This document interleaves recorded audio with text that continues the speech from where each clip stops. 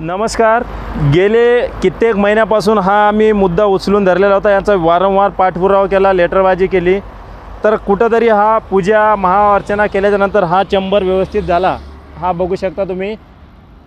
हा चंबर व्यवस्थित करणाऱ्याचे कामगाराचे पण धन्यवाद आणि त्या कर्मचाऱ्यांनी इथं ते कामगार पाठवून हा चंबर दुरुस्ती केला, त्याबद्दल सर्वांचे धन्यवाद.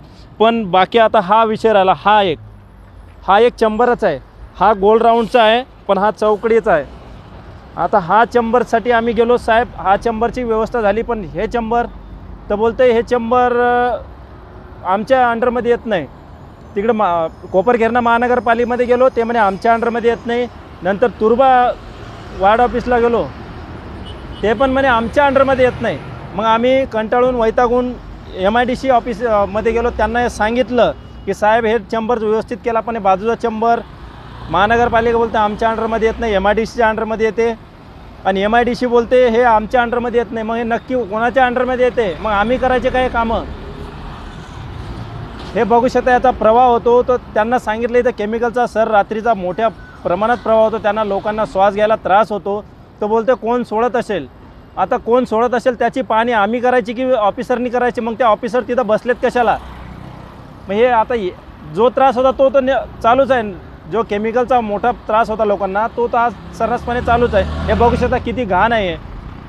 निश्चय केला नंबर पहिला. हे आपण वारंवार सांगतो लोकांना, मोठमोठे बॅनर लावतो, पूर्ण नवी मुंबईमध्ये बॅनर लावतो, निश्चय केला नंबर पहिला. मोठमोठे सेलिब्रिटी येतात त्यांचं उद्घाटन करण्यासाठी. तर हे आहे का निश्चय केला नंबर पहिला?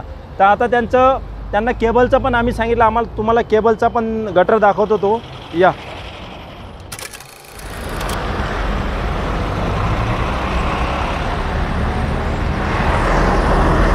झालं ना. हा पण इथे एक गटर आहे. इथे बघू शकता किती प्रकारच्या केबल गेलेल्या आहेत.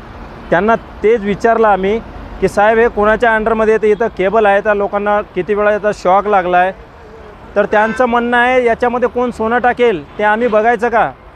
आम्ही त्यांना हाच प्रश्न केला की सर तुमच्या अंडरमध्ये येत नाही, मग हे नक्की कोणाच्या अंडरमध्ये? त्या अधिकाऱ्याला आम्ही भेटतो आणि त्यांच्या निदर्शनास आणून देतो ही गोष्ट.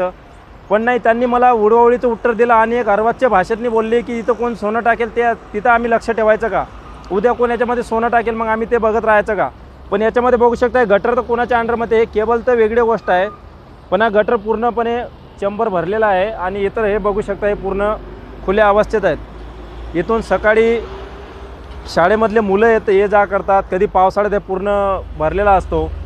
तर तुम्हाला आम्ही दाखवू शकतो की हे गटर कसा भरलेला आहे. तर हा गटर बघू शकता, हा गटर आहे. हे गटर हे बघू पूर्ण भरलेलं आहे. मग हे साफ करायची कोणाची आहे? इलेक्ट्रिशियन येऊन करणारा का साफ? हे बघू शकता पूर्ण भरलेलं आहे.